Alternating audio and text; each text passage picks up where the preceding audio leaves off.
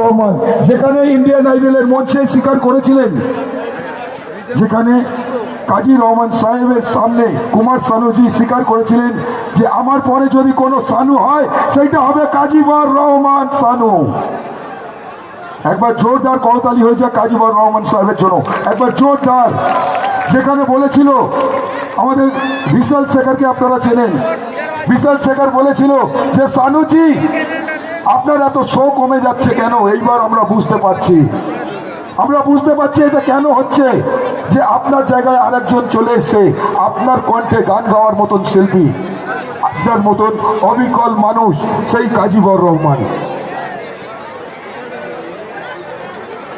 সবাই মিলে মঞ্চে ডেকে নেবো জুনিয়র কুমার সানু ওরফে কাজীবর রহমান। একবার জোরদার করতালি হয়ে যায় সবাই মিলে, সবাই মিলে জোরদার করতালি।